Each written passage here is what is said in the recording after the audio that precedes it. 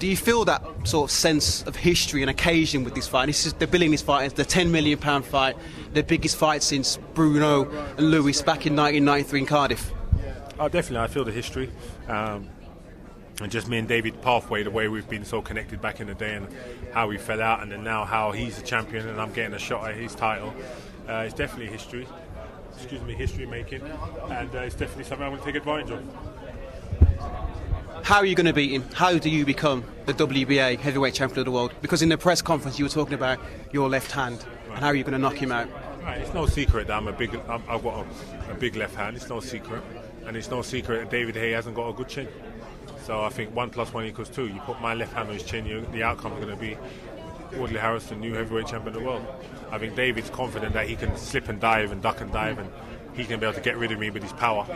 And but I can assure you that I will be in there, and at some point in that fight I'm going to land my left hand on David Haye.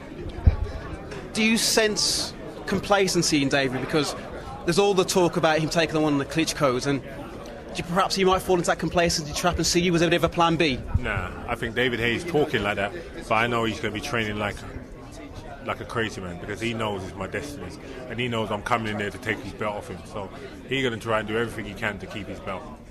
He says he's going to finish your career. Well, I mean, really, he has to say that. What else are you going to say? He's going to give me his belt? He has to say that, you know. And I'm saying what I'm saying. But I honestly believe that, like I said, I'm walking down this pathway, and I'm going to relieve David Haye of his title. Your last fight against Michael Sprott, you were literally seconds away from what would probably be described as the end of your career. How did you pull that out of the bag, and what have you learned about yourself since then? Well, I've learned that, you know, adversity is your friend. Losing is not an option. That's why I said losing was an option. And I found a way to win. And that was the bottom line. I never ever gave up. Even though it was the last round, I carried on looking, carried on searching. And I found a way to win and took it down. And in the context of world boxing, yes, this is a WBA heavyweight title defence for David, but the Klitschko's have kind of branded it as the Battle of London.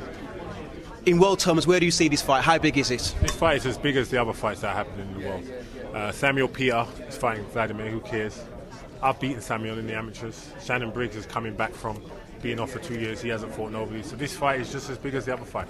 I'm a bigger name than Samuel Peter or Shannon Briggs. So potentially this is the most biggest fight coming up in terms of heavyweight fights, world title fights. We've heard... Trust me, people around the world are interested in this fight. It's not just a British fight. Because you were saying before that perhaps people weren't interested when David Haye made his first defence against John Ruiz.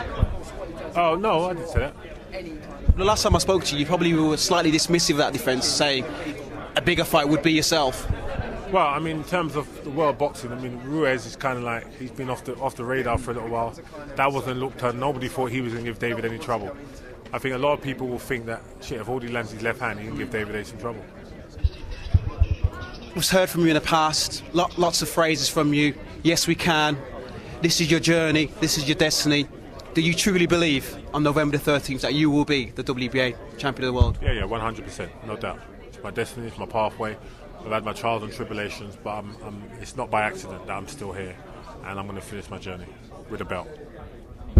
And what about one of David Haye's criticisms of you, saying that perhaps you've gained this chance through the back door a year ago, perhaps being on the prize fighter spill, that brought your profile back up in this UK. He's basically accusing you of sneaking through the back door for this chance, isn't he?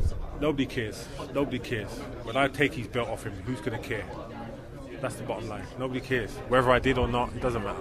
The main thing is that I'm going to take the belt. That's the main thing. And how I got there doesn't really matter. The fact is I've had to overcome a lot of obstacles, and that's a testament to my strength and character. So as far as you're concerned, when you do become WBA heavyweight champion, is everything okay with you and David? You're going to go over there, you're going to shake his hands, and you're going to be friends again? Well, you know, I remember, like I said, it's strictly business, and I'm just focused on getting the victory. All the stuff that he's done to me has just been part of the story, part of the journey. And like I said, it's personal, and that's where it's at the moment.